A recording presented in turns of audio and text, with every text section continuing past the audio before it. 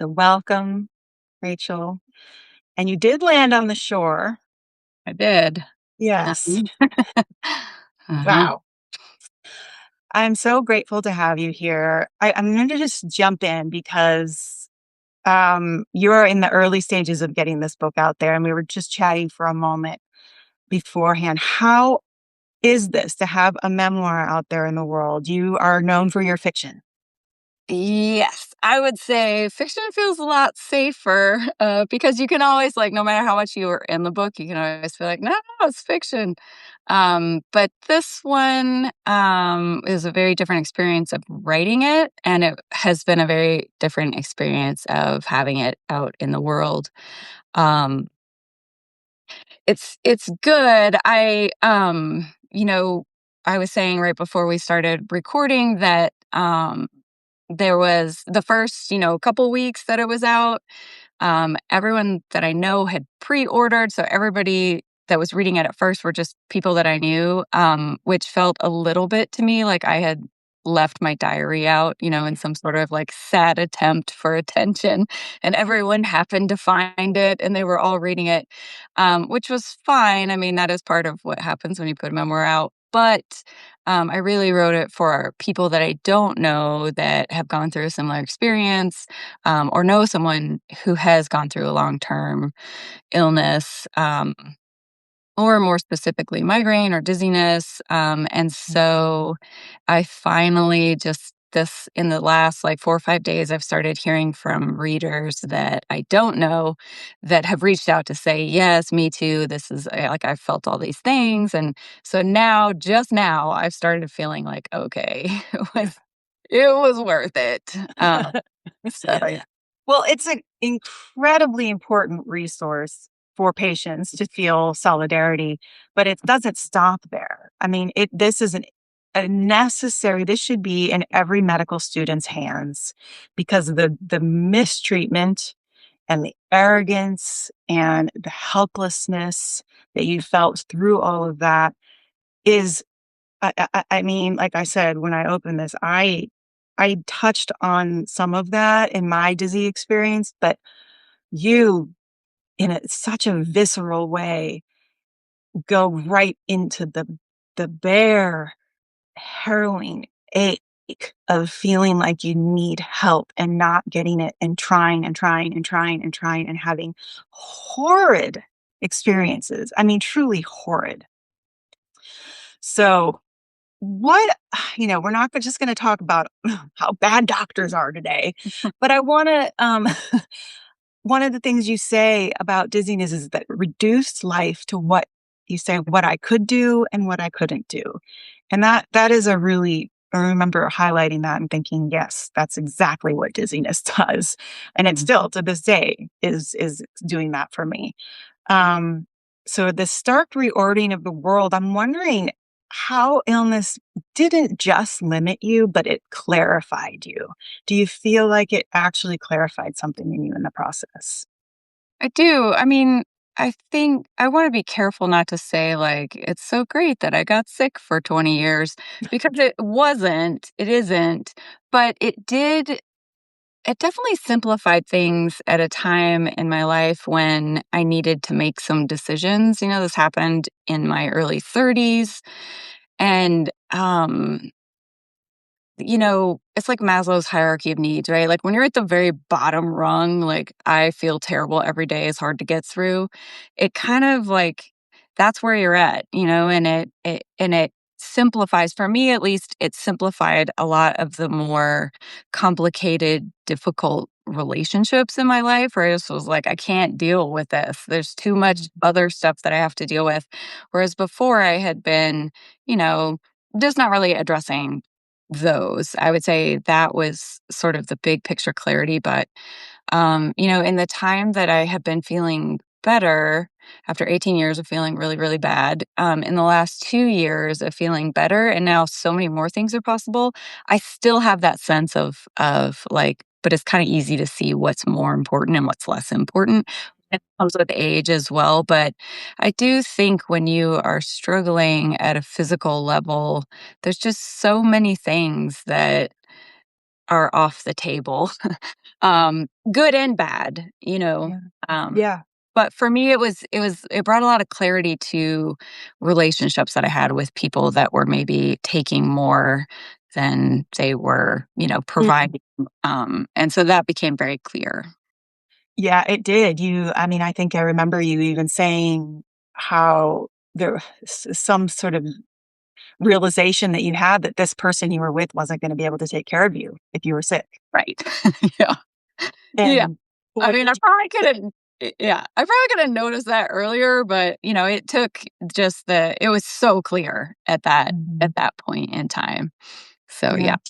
And that's why there's this really cool juxtaposition in your book, how you weave the 18 years of dizziness with and you weren't in Alaska at that time, but you weave that into the Alaskan landscape, and your time there working in forestry, because back in Alaska, you were facing bears and, like, jumping from helicopters and doing, like, incredibly brave and self-reliant things. So that juxtaposition between this like, tomboy, self-reliant, I can do everything on my own, to sitting in a doctor's office and feeling like, "What the fuck? Like, I am scared to even get out of this chair right now, and how do I keep going on, and how do I pay for these medical bills?"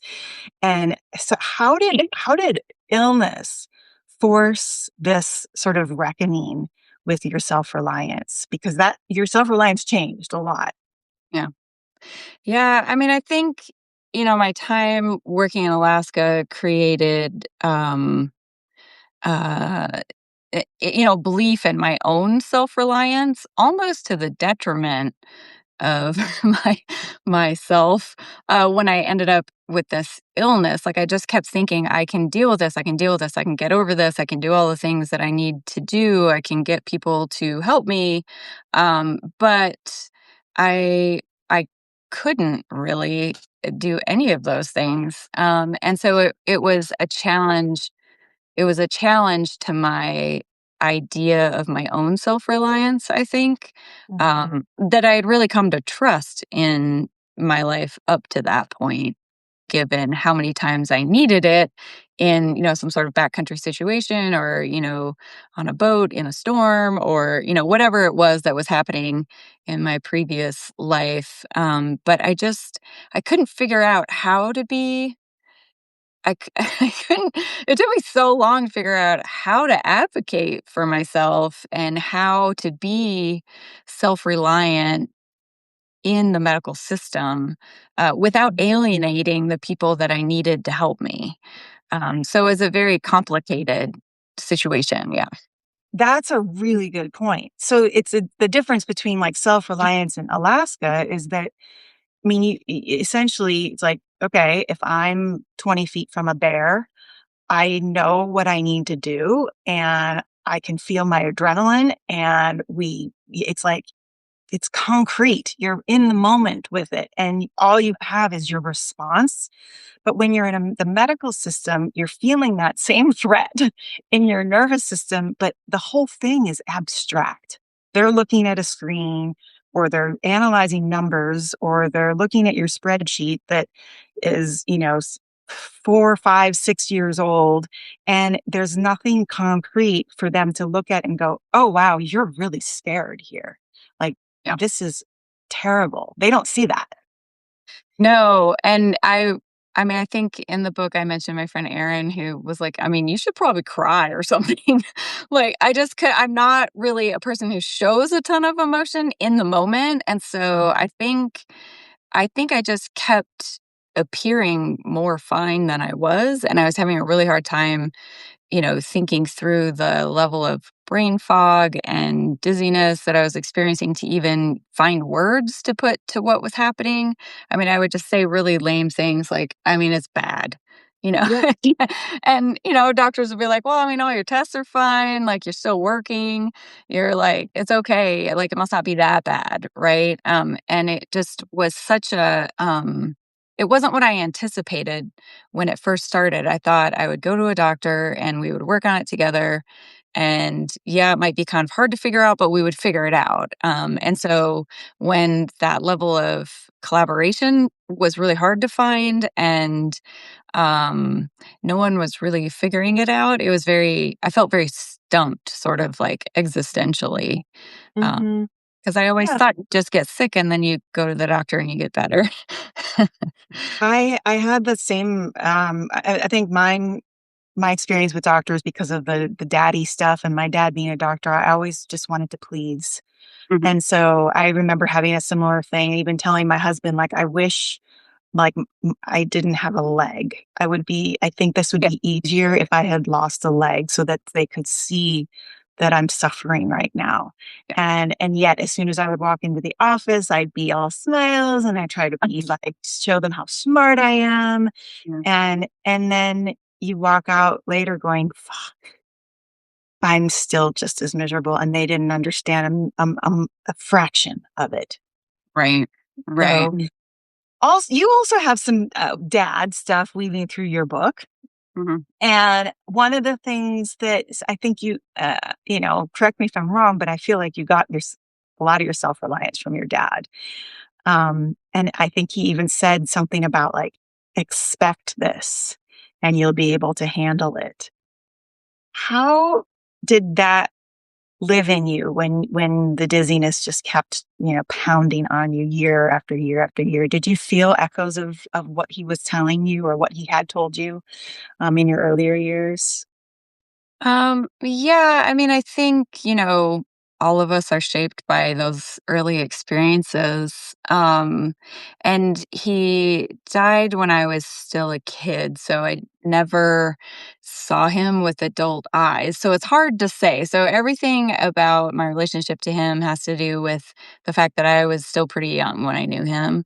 But I mean, both my parents had this sense of like, you know, the world's kind of the world is not going to like do you any favors. So you've got to be self-reliant. You've got to, earn your own money and find your own way.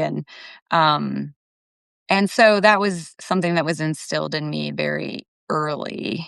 But I think almost too much. Maybe I took it too seriously because one of the things that the dizziness, all those years of chronic illness taught me, which, the book definitely touches on, is that things are like many things are easier navigated if you do rely on people, if you don't just rely on yourself. Like, I do think you have to be very resilient to make it through a lot of things in life, but also it took me a long time to understand that it was okay to lean on somebody or to trust them. Um, so yeah. Yeah. Yeah, that's actually I wanna talk about that because one of the questions I'm asking in this season of Unfixed, Uncut, which is just sometimes I'm just like, "Oh, again, this is such a horrible question." But, what is the very thing that you couldn't fix that ended up saving your life? And I'm so curious to hear your answer to this, because I know you were largely able to fix the dizziness eventually, at least from the torment that it was for those 18 years. But I have a sense of how you might answer that, but is there anything that really, really ended up coming, um, from the suffering that you're grateful for? Um, yes. I mean, I think it. Without trying to put a bow on it, like, we're definitely not doing that here. Yeah, I mean, that's such a hard question to answer, right? Because I mean, in a lot of ways, like being sick is my life. Like 20 years of my 50 were very compromised. And, the years where you do a lot of things, from age 31 to 50 or 49, I think, um, were really like very compromised. So, I mean, I think the thing that stands out the most is just I think I have a relationship that I might not have had otherwise with my husband. Um, I was so independent in relationships, mostly because I was very self-reliant and my dad had died early, and so I got it in my head that, people just die quickly out of nowhere, and so I always, had trouble, like, really relying on somebody or really, kind of fully attaching my life to theirs because I was always just like, "Well, I'm gonna end up by myself again anyways." Um, but the dizziness sort of removed the illness removed my ability to function like that anymore, which was really hard at first because I like being self-reliant, and I had always been that way, and that's how I self-identified, and then, um, it it really was not I wasn't able to do that anymore, and, I don't know if I would have grown enough without it to understand how much a shared existence can really add to your life, right? Which sounds so no, I mean, it sounds kind of lame to say, honestly, but I don't think I really understood that on a deep level. And that doesn't mean that I didn't have relationships, but I was always kind of standoffish, and I think that just growing up and also having had this really hard experience kind of made that less possible, and I am glad for that. I am glad for that. You actually there's a quote you said, "The dizziness in the most arduous of ways had spun me into a world of kindness." And that was the moment where I was like, "Ah," and this was I remember, I think the chapter that you wrote that in was when you after, I don't know, I lost count, but 30, 40 doctors, you found this doctor that, after your insurance had refused to continue to pay for the treatments that were giving you an increment of relief, and you found out that he was not be even though he wasn't getting paid, he was continuing to treat you. Uh, Is that the chapter where you felt like, "Wow, this there really is some sort of, we that's happening here that's offering me hope?" yeah, I mean, in a lot of ways, that particular doctor, you know, made up for all the rest. I mean, he continued. He didn't tell me for a long time that he was seeing me without getting paid by my insurance company. And then when it became very clear that they were not going to, because he was fighting it, they were doing all the, appeals and all the things. And then, yeah, I think it's just a part of his core being, just this kindness. And, he really could see my suffering in a way that a lot of, I would say, the vast majority of folks that I had seen before him really never saw. Um, and he's still that way. I still see I still You s still see him? yeah, we're friends now.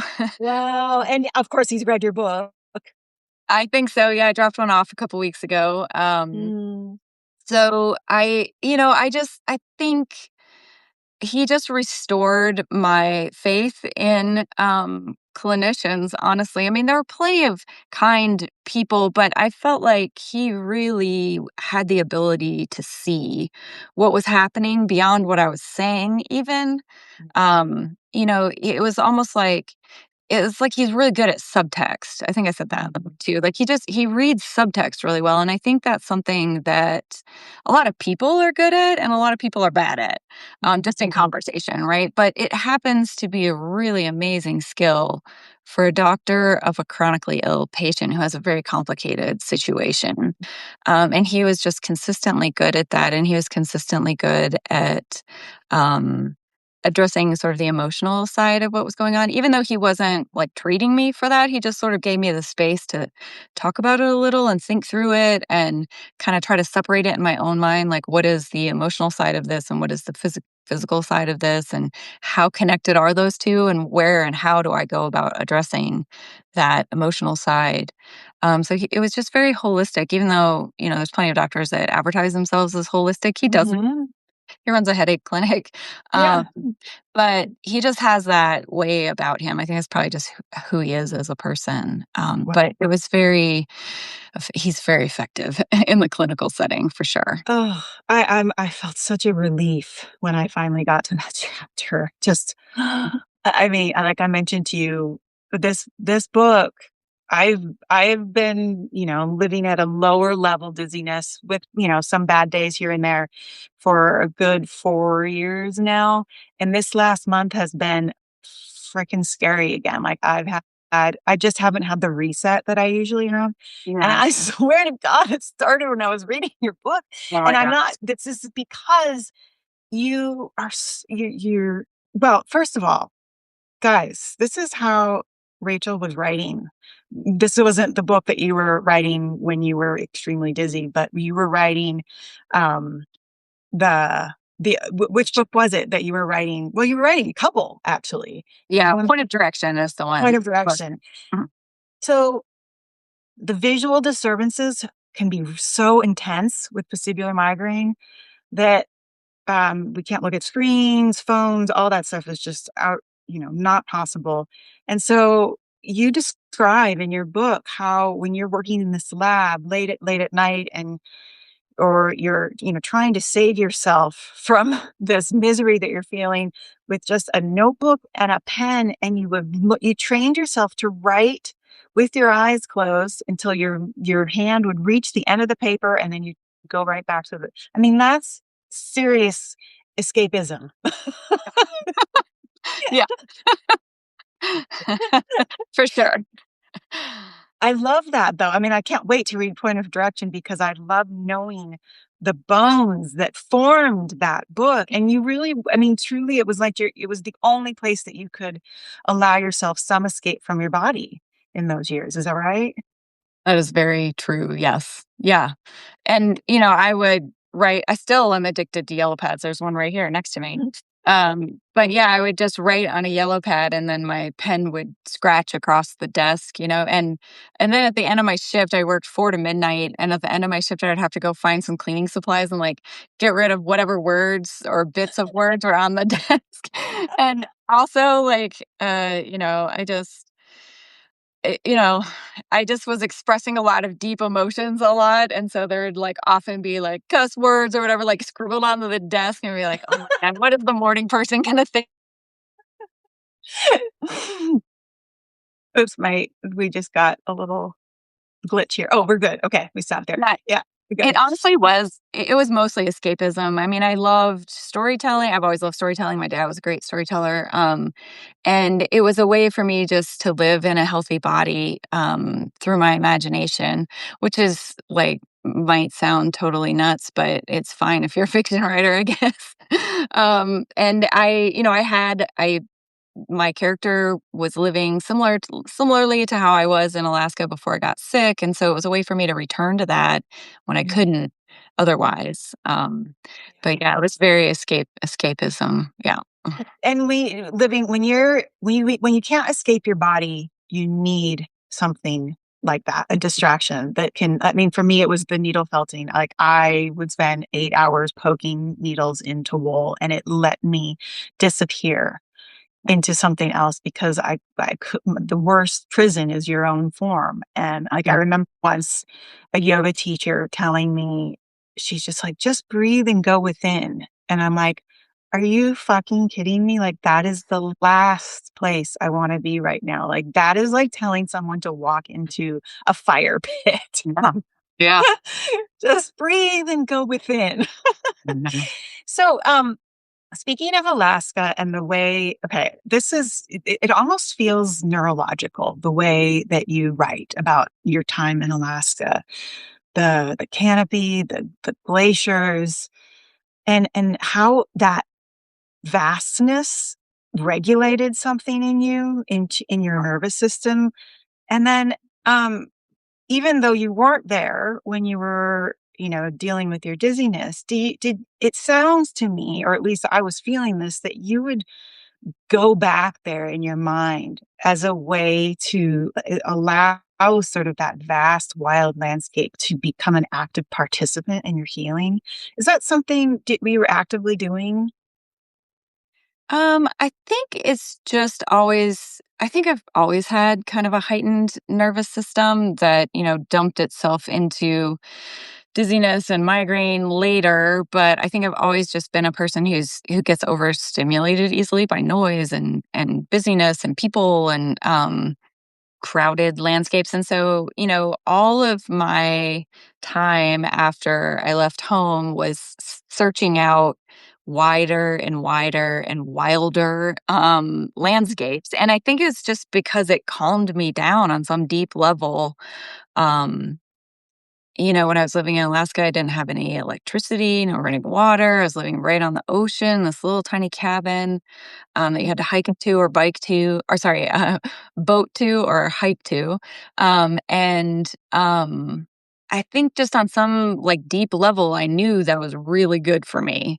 Um, Mhm. and so when I was experiencing, especially in the beginning, when I was experiencing so many, like just dizziness feels like overstimulation, like everything is just like too much. And so my mind would just go back to that big, wide open space as a way to calm itself down. Honestly, I don't think it was really all that cognitive. I think it was just something that my brain wanted to do. And I still feel better in those situations in like big, wide open places that are quiet and slow.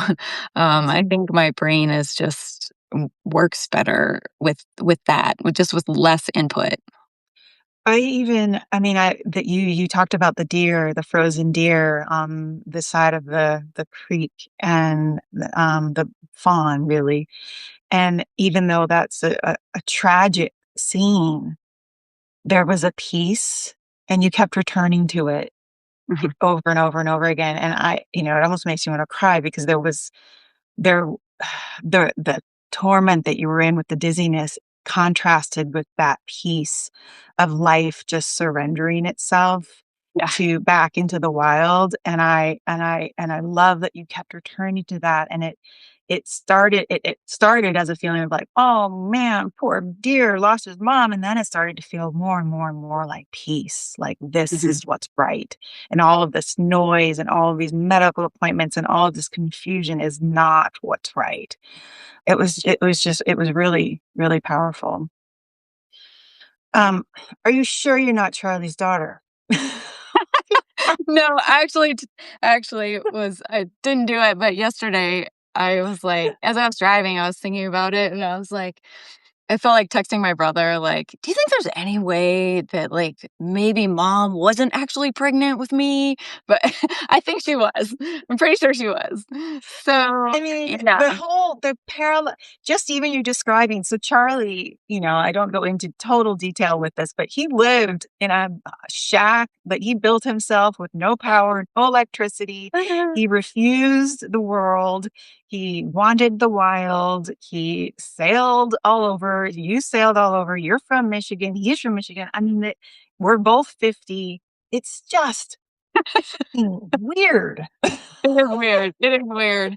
I mean, my dad did, and my mom, like together, they did all those things. Like when I was born, they were living on a Christmas tree farm Oh, outside Traverse, um, with chickens. And my dad hunted for food. My mom grew a huge garden, and they had chickens and like no running water or electricity or whatever. So maybe they were friends with Charlie. yeah. Honestly, I think it's gonna just probably be like a matter of years where somehow all of a sudden there's a connection that we like, and the whole my Brower family's huge over there in Traverse Yeah. City. Like it's just a matter of time before I talk to my Uncle Rich and he's like, "Oh yeah, I know the Weavers." So, one of the things I want to talk to you about is, well, I'll start with a quote. And a lot of people I think will relate to this, and especially this is really relevant with what's happening in the world right now. Hope is a dangerous thing, you write. It swells like a helium balloon in the chest, lifting you out of whatever hellish situation you're in.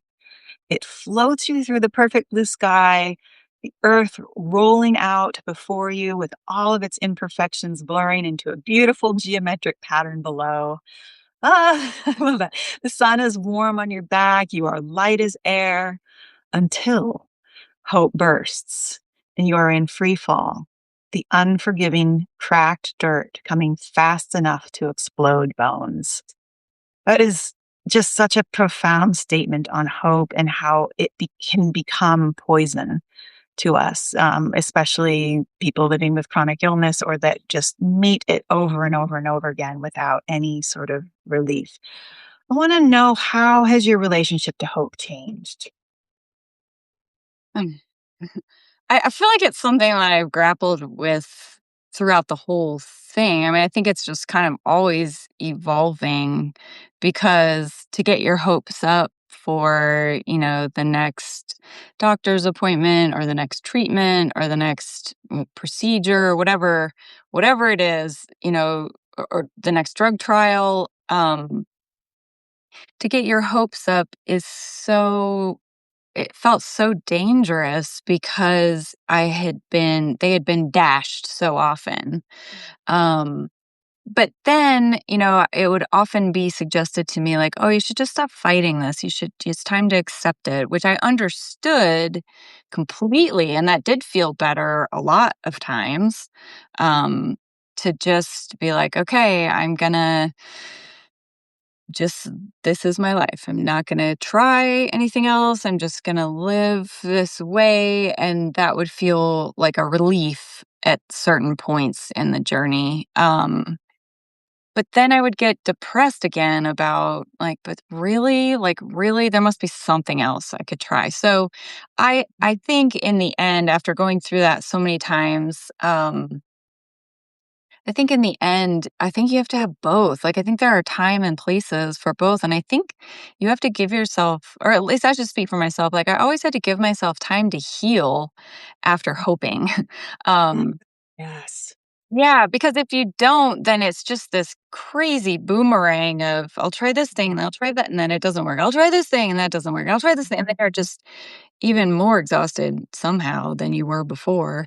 Um, but I also think you can't well, maybe you can, but I think it's dangerous to give up on hope, and I think it's dangerous to constantly be throwing yourself into new things or the next thing or whatever. But, one thing that I did come to realize was so buoying for me were the doctors that would say, "We'll just keep trying things. We'll keep looking. We'll keep," when someone else sort of took that hope from me, then it was a little easier somehow, or that shared sense of like, okay, this doctor I'm working with is or clinician is going to manage some of that. Like just help me hold it. That was such a huge difference in the doctors that I really, really felt helped me the most, and the ones that were just like, "Well, we'll try these 2 things. If they don't work, then I don't know."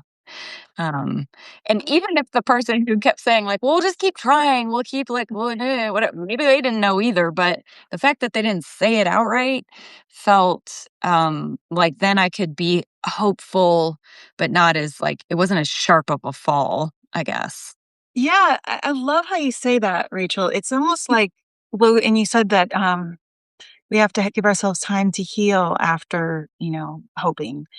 And it's almost like when we can hand that hope over, I feel like we're allowed to hold the sadness and the hope at the same time. Like where our job is to feel the truth, which is, fuck, this sucks. And I want this so bad. And I feel grief and I feel sad that it didn't work out. But when we can hand that hope over, they can be simultaneous. Like we can still feel that sadness, and the sadness almost then becomes our momentum, instead of just having to hold it all, because it's really hard to be hopeful and grieving and sad and, taking action steps forward at the same time. Mhm. Yeah, and it's hard to ask anyone to hold that, and so when someone offers, I think, Mhm. um, it's a big relief. Well, you and I mean, Mike really in your story showed up. Mike is for everyone that's listening, Mike is her husband now. Wasn't in the beginning, but man, he stuck there through all of it, even transcribing those scribbled notes on your yellow pad. Do you have a really good penmanship? Because how did he No. He probably wrote half a point of direction, I don't know. and he's a fireman, so he's going through, like, sleepless days, and, I mean, the I hope this gets made into a movie Oh, because there really is this gorgeous juxtaposition between the angst and the vastness that you were carrying with Alaska, and I could see the whole thing playing out that way. Um, and it's ultimately, it really is a love story in a lot of ways, and the way he showed up for you in ways that I think also your father did in his own way too. How did losing your father, we both lost our dads at the same age, and through a sudden experience. Do you feel, I'm curious, when that happened, because it was so sudden, did you feel like your nervous system changed through that trauma in a way, or that may have even set the stage up for some of this dizziness to come?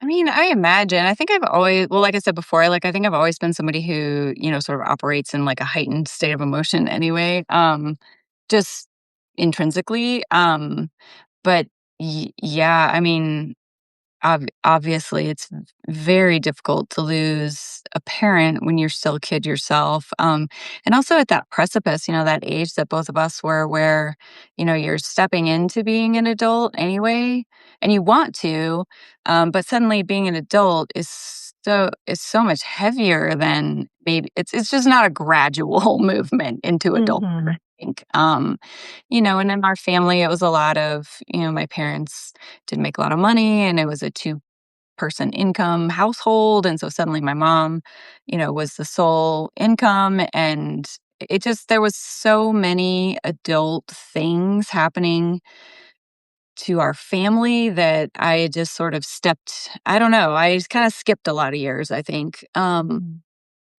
And I don't, I mean, who knows why I got dizzy. I used to talk about this all the time with the one doctor who would let me try to untangle it, because you can read a lot of things that will say, like the sorts of situations can contribute to a neurological issue or migraine or whatever. And it's hard not to blame yourself, but I don't want to do that. I think you just kind of are, you're kind of handed a deck of cards and like, that's what you got, if you're missing, the 10 of spades, well, all right. So you're playing without the 10 of spades. But yeah, I don't know. I mean, it certainly was a very hard way to launch into adulthood. And I just missed my dad a lot. I still miss him a lot. Um, so does that add to my like heart, like psychological hardship? Yeah, for sure. And does that like add to the neurological migraine issue? Probably. But you know what? If it wasn't that, it'd probably be something else. Or I mean, Exactly. there's a million hardships. So I think, just like what I think both my parents worked really hard to prepare me for in life was like, all right, it's going to be hard. So let's work on your resilience. Let's like really focus on the fact that you can get through whatever you're dealt. Yeah. So And you'd have. I mean, you really have, even though, like you said before we talked, you had a dizzy day yesterday. It's not like it's gone, gone, but just so that if anyone's listening that is struggling with migraine, do you want to share what you ended up landing on? Because I'm tempted myself to try it, even though I haven't tried any treatments in 6 years. But yeah. yeah, yeah. So, as we had said, I was undiagnosed for just dizzy headache, not a sharp headache, like not like a typical migraine headache. Although I can get those, but mostly just vestibular and abdominal symptoms, and then just terrible brain fog and exhaustion, and but constant dizziness. So I was diagnosed with vestibular migraine, and then I started responding to a bunch of different drugs. And I worked with this one doctor, the awesome doctor, for a long time, and he got me to a point where I was functioning pretty well, but I still had symptoms, and I still wasn't great. And then I got COVID in 2023. I traveled for work and came home with COVID. And after that, nothing worked. Like none of the drugs, I just was dumped back into the horrible dizziness. And so I started flinging myself around the country, which I had done on occasion, kind of in one of those phases of hope, where I was like, there's got to be somebody who's looking at this in a different way. And so I got myself on wait lists, like at, California clinics. And I did a lot of different things. And one of those was I found a research group that was running a clinical trial. Actually, I don't know if you call it a clinical trial if it doesn't involve a pharmaceutical, but they were running research where they were examining the link between the metabolic function in our bodies and chronic migraine. So glucose. They were looking at glucose and how our bodies process glucose and whether or not that links to chronic migraine. So they took 247 chronic migraineurs, me as one of them, um, and then gave us a 3-hour glucose tolerance test, which is just a blood test, and then had us all wear continuous glucose monitors for 10 days. And they found that all of us showed some level. Well, I don't know if I should say all of us. You should go look at Dr. Bill's research. Maybe, Kimberly, maybe you can Yeah. do it. It's published. The research came out in January of 2026. But what they found was within the group of chronic migraineurs, there were 3 distinct types of glucose dysregulation. And that was sort of the complete study. That is what the study was aiming to show or was looking for and found. And then as part of their follow-up, which is a new paper that will be coming out at some point, they treated all of us who showed a glucose dysregulation. And by that, I don't mean I don't mean all the stuff that is normally looked at in a blood test, like my fasting glucose is totally fine. Many people in the study didn't have super highs or super lows. Some of us had very low lows, for some people, it just had to do with how quickly it was changing. Your glucose level was changing Mm. after you ate. Um, so he took the group of us who wanted to. We tried a protocol that they developed based on the epilepsy studies of the early 1900s, where they found that controlling glucose intake helped treat seizures in folks with epilepsy a long time ago. So it was a very strict keto diet. It was very supported. They were monitoring me from afar. So I wore a heart monitor. I took my blood pressure like twice a day, my pulse. They were watching my CGM data. And after 3 months of a very strict keto diet, all of us then increased our carb intake until we all hit our individual carb ceiling where our symptoms came back. Yeah. Um, and that was different for everybody.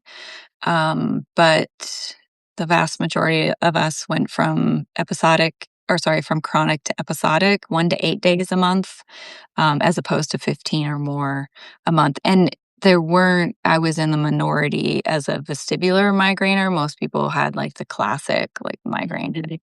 So, as migraineurs, we all know that what works for one person doesn't always work for everyone. But this does seem to be a very viable, um, possible path for a lot of people. And I mean, for all the things we put ourselves through with, drug trials and all the things, 3-hour glucose test and wearing a continuous glucose monitor for 10 days is really pretty low on Yeah. the Low horrible risk. things that you can do to yourself, especially like at an ENT office. Um, Yeah. so I think that, you know, it's something that you can kind of look into without too much trouble at first, and then, Yeah. decide if you want to pursue it. But it I'll has, link the I'll link the research in the show notes, and I'll also. I mean, it was about 5 months ago that I interviewed Natalie Mead, and it turns out that you guys know each other because she did the exact same work, worked with the exact same doctor, and relieved herself from chronic migraine. She had 28 to 30 days a month of migraine, like blinding migraine, to remission, like complete remission. And you went from 18 years of debilitating dizziness to functioning again. And like, what was that like in that moment when you finally felt the cloud lift? I can't even explain it. I mean, I it started changing in 48 hours. Like at first, I mean, I think I went through all the like stages of grief, right? Where you just like, I was 48 hours from like feeling better that all those years. Uh, um, but I mean, and then, it slowly lifted over the course of those 3 months. And, now I have 1 to 3 days of symptoms a month, I would say on average. And it's still tied to all the migraine things like high stress or like there's a big storm rolling in today. Um, so I can still trigger it. Like I still have a migraine brain, but it's just so much calmer than it was before. And I eat a low carb diet now, not keto. But yeah, I think it was super weird. It was super weird for me, but it was extra weird for my family because my kids had never known me not dizzy. My husband I mean, he knew me a little before we started dating, like way back when we were in our early 20s, but the whole time we'd been dating, I had been very dizzy. And I mean, he actually was like, are you gonna like talk this much all the time now? And I was like, yes, yes, I am. It's still so weird. I mean, I just like every day I wake up and I can't believe like how bad I felt for so long and how good I feel now. I mean, you You forget, forget. you forget what it feels like to wake up and not be miserable. It's And you just, forget how miserable like because I've had so many years of having it at such a low baseline, that this last month I forgot how bad it was. yeah, Like and it's not even going near like the bad, but it gets close to that point where I'm like, there is no amount of like serenity and peace that, if there are times where I feel like, oh, just find the peace in the storm. And I felt like I got really, really good at that. And then on a horrible dizzy day, I'm like, there is no peace here. no. No, no, and it's amazing, like, how easily, like, that fear can get triggered in me, like, even though it's been 2 years of being pretty much fine, Yeah. I still like, some days I just get paralyzed by, like, what if it comes back? So But what's this doing to your creativity now, Rachel? Because you have you're publishing 2 books this year. You have another book coming out. Tell us a little bit about, I wanted to like this, do you feel this new lease on life, and how has your creativity been changing, and what's this new book that's coming out? yeah, so a lot of things are way easier when you don't feel terrible, including writing books. And I've had these two, both the novel that's coming out in the summer this year, and then Dizzy, were both like sort of done through all those dizzy years, but they needed like a I needed to get them like cinched up as a whole, and so I needed to be able to hold the whole book in my head, and that was very difficult for me in the time that my brain was so fuzzy. So as soon as I felt better, like it was much easier to do, and so I finished both of them, and sold my agent sold both really closely to each other, which was super exciting and has made this year very, very busy. But yes, I have a second. So Dizzy came out 3 weeks ago, and this second novel, which will be my third book, is coming out in June, which is super exciting. Wow. And is this okay? So is this because you talked about one that took place in a lighthouse? Mhm. Is this the one that takes place in the lighthouse? No, No. Point of Correction is the one that took place in the Okay. lighthouse. Yeah, I think I always call it the lighthouse book, and then this one that's coming out in this summer, I think I talk about it in Dizzy. It's the fishing book that I was working on forever, as well. Um, and then, the Dizzy book. I'm really bad at titling things. Mhm. So yes, this one that's coming out in the summer is actually it's a 20-year book. I just kept coming back to it off and on throughout all the years of illness. But I actually wrote it before I left Alaska. But it was pretty messed up at that point because I didn't really know what I was doing writing books. Um, so, yeah, I'm excited about that one. It's a super exciting year, It all the way is. around. Yeah. I'm so thrilled for you, and I'm in awe too that you were. I just love that you were able to hold on to this core that that knew how to escape when you were in misery, and that also knew how to find your feet, even if it was imagined in this vast landscape of Alaska. And I hope that even though you're living in I mean, Colorado's beautiful too, but, Boulder's busy, nuts. Um, but I wanna know, do you have a vast landscape in your future? Do you feel called still? Are you finding that in ways in your life now, that so that you don't have to relocate? Yeah, I mean, I love Colorado. We don't live as rurally as I would like to, but yes, I do think that's in our future. Um but it's easy to get to those places, and we spend a lot of time. I spend as much time as I can in really wild, quiet places. Yeah. So yeah, I do hope that there's more of that in my future. You write, at the I wanna just read all of these quotes to everyone, but I'll save you guys. Just get dizziness or get dizzy today. Don't get dizzy. Don't get physically dizzy. Get the book dizzy. And as it do it as an act of, I mean, you'll read it in 3 days. It's you can't put it down, and it's so well written, and it really also just opens people's eyes to understand what human beings endure, sometimes in a very invisible way. And so I think these books are especially important because you were walking around looking totally normal, other than, throwing up when people weren't looking. But for the most part, nobody knew this was happening to you. And so your book is an incredible service to all of those that are walking around feeling trapped inside and trying to find their voice. And you found your voice to share this with the world. Um, so thank you for bringing this into the world. And I can't wait to let's connect again when your next book comes out, because I'm going to read it when that comes out, and we can talk about your fiction as well.